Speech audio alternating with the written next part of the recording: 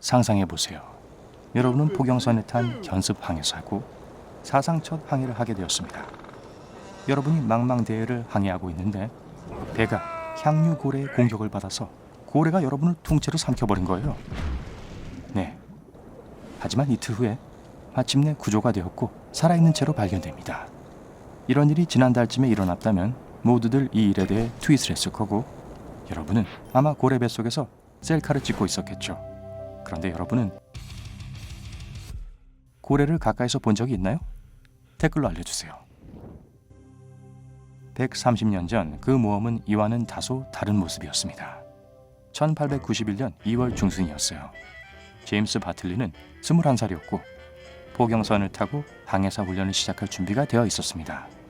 그는 새로 얻은 직장에 감격했고 배에서 성공할 준비를 했죠. 동쪽의 별이라는 이름의 첫 포경선에 탑승했고 남대서양 한가운데의 배 위에서 거대한 향유고래를 발견했습니다. 고래는 배에서 0.8km 정도 떨어져 있었다가 배로 점점 가까워지고 있었습니다. 그들이 그 짐승에게 가까이 다가가서 볼수록 더 거대해졌죠. 고래는 다가오는 위험을 감지하기 시작했습니다.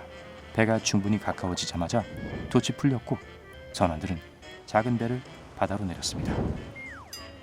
그때 뜻밖의 일이 일어났습니다.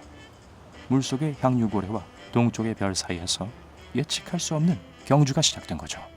제임스 바틀리는 고래 가까이에 다가간 첫 번째 배에 있었습니다. 그들의 계획은 고래가 방심할 것이라고 믿고 뒤에서 접근해 공격하려는 것이었어요.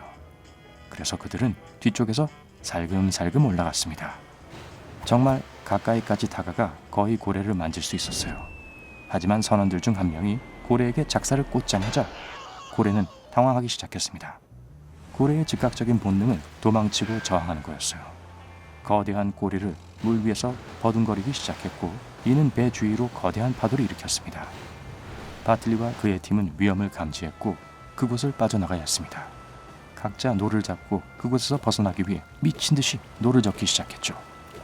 하지만 그들은 고래에 정말 가까이 있었어요. 고래가 커다란 꼬리를 내리치며 만드는 파도는 노를 젓는 사람들을 압도했습니다. 그때 고래 입에서 요란한 굉음이 터져나왔습니다.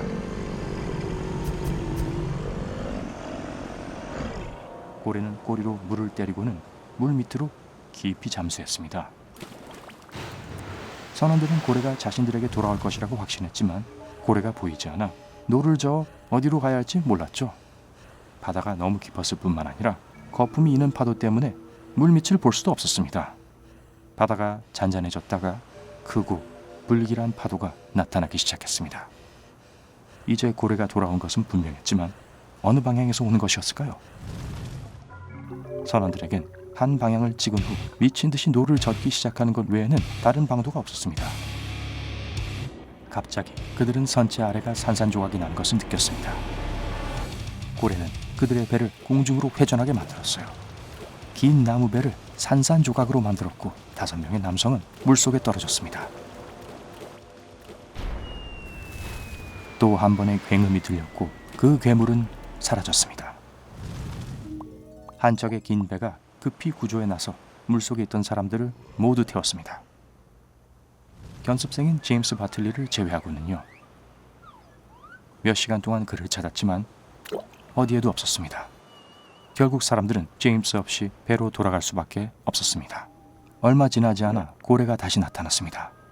이번에는 고래가 큰 배를 방해하지 않고 수면 위를 부유하고 있었습니다. 동쪽의 별 선원들이 고래를 보는데 그들은 고래가 약간 부풀어 오른 것처럼 보이는 걸 감지했습니다. 하지만 그 사실에 별로 관심을 기울이지 않았죠. 그 사건 이후로 몇 시간이 흘렀습니다. 그리고 해가 지기 직전에도 고래는 여전히 수면 위에 떠 있었습니다. 고래가 이제는 더 이상 살아있지 않다는 것이 분명해졌어요. 배에서 불과 몇백 미터 떨어진 곳에 있었고 선원들은 다시 한번 접근하기로 했습니다. 긴 보트에 올라타서 고래를 향해 노를 젓기 시작했어요. 그리고 고래를 권양기에 연결해서 배 가까이로 데려왔습니다. 날이 어두워지고 있었기 때문에 그들은 배에 고래를 붙들어 두고 다음 날 작업을 시작하기로 결정했습니다. 다음 날 아침 선원들이 제일 먼저 한 일은 실종된 친구의 흔적을 다시 찾아보는 것이었어요. 하지만 주변에는 단지 수킬로미터의 바닷물과 아름다운 일출의 경치뿐이었죠. 선원들은 다른 고래를 찾기 위해 이동하기로 했는데요. 갑자기 이상한 일이 벌어졌습니다. 그날 오후 누군가가 전날 밤 그들이 포획한 부푼 고래를 살펴보고 있다가 고래 뱃속에서 뭔가가 움직이는 것을 알아차린 거예요. 처음에는 빗질을 하고 있었습니다. 그는 단지 피곤해서 자신이 뭘 잘못 봤다고 생각했죠. 그런데 그때 두 번째 움직임이 있었습니다. 이번엔 틀림이 없었습니다. 커다란 무언가가 산채로 고래 안에서 움직이고 있었던 거죠. 그는 즉시 동료 선원들에게 이 사실을 알렸고 다들 급히 현장으로 달려왔습니다. 그들은 모두 다음에 어떤 행동을 취해야 할지 모른 채 고래를 응시하고 있었습니다. 선장은 도착하자마자 배의 의사에게 말을 전했습니다. 모두들 고래 안에 거대한 물고기가 있다고 생각했고 의사는 배를 절개하기로 결심했습니다. 그때 놀랍게도 바로 거기에서 실종된 선원 제임스 바틀리가 미끄러져 나왔습니다. 모두가 환호했어요. 그는 살아있었어요. 하지만 도움이 많이 필요한 상태였기에 의사는 선원들이 오랫동안 축하하도록 내버려두지 않았죠. 배에서 나온 바틀리는 극도로 창백해 보였고 거의 의식을 잃기 직전이었습니다. 말이 안 되는 말을 마구 찌꺼리고 있었어요. 그래서 의사는 모두에게 그를 바닷물에 담근 후 씻겨달라고 부탁했습니다. 말도 할 수 없었던 그는 별도의 선실로 옮겨졌습니다. 그리고 방을 나가지 못하도록 했죠. 엄청나게 허둥대면서 스스로를 다치게 할 수도 있었거든요. 그래서 사람들은 그에게 필요한 것을 가져다 주었습니다. 몇 주가 흐르는 동안 그는 꾸준히 나아지고 있었습니다. 한 달도 안 돼 동료 선원들과 대화를 나눌 수 있었고 믿을 수 없는 경험을 나눌 수 있었습니다. 바틀리는 자신이 어떻게 물속으로 떨어졌는지를 기억했고 물에 빠지자마자 거대한 입이 열리는 것을 보았습니다. 수영에 도망치기에 너무 작았고 어떤 생각도 하지 못한 채 고래 뱃속으로 이어진 얇은 관으로 헤엄쳤습니다. 자신이 어떻게 숨을 쉴 수 있었는지 기억은 했지만 얼마 후 그는 의식을 잃었습니다. 바틀리는 그 후에 아무것도 기억할 수 없었다고 합니다. 이는 제임스 바틀리의 첫 번째이자 마지막 바다 여행이었습니다. 이 특별한 경험 때문에 그의 피부는 하얗게 변했고 시력도 잃었다고 합니다. 선원들은 그의 이야기를 나누기 시작했고 소문은 탄력이 붙기 시작했습니다. 1896년 뉴욕 월드에서 첫 번째 기사가 나왔는데 이 기사는 그 이야기의 작은 부분을 설명하고 있었습니다. 신문의 독자들은 이 이야기에 흥미를 느꼈고 더 자세한 내용을 요구하기 시작했죠. 그래서 그들은 질문을 직접 기자에게 보냈습니다. 일주일 뒤 같은 신문에서 더 자세한 이야기를 묻는 독자들의 질의에 답하는 또 다른 기사가 나왔습니다. 그 후 비슷한 사건인 사람을 잡아먹는 상어에 대한 세 번째 기사가 따라 나왔습니다. 전 세계에서 이 사건을 다루는 몇 개의 기사들이 더 등장했고 이는 1914년까지 계속되었습니다. 그러다 모두 조용해졌죠. 몇 년 후 한 역사학자가 그 이야기에 대해 조사를 시작했습니다. 그의 이름은 에드워드 데이비스였어요. 그는 기사화된 이야기들을 읽었고 사실상의 많은 모순이 존재한다는 걸 알아차렸습니다. 이야기의 동쪽의 별이라는 배는 당시 존재했던 영국의 배이지만 포경선은 아니었습니다. 좀 더 파헤친 후에 그는 제임스 바틀리의 이름이 선원 명단에조차 없다는 것을 발견했습니다.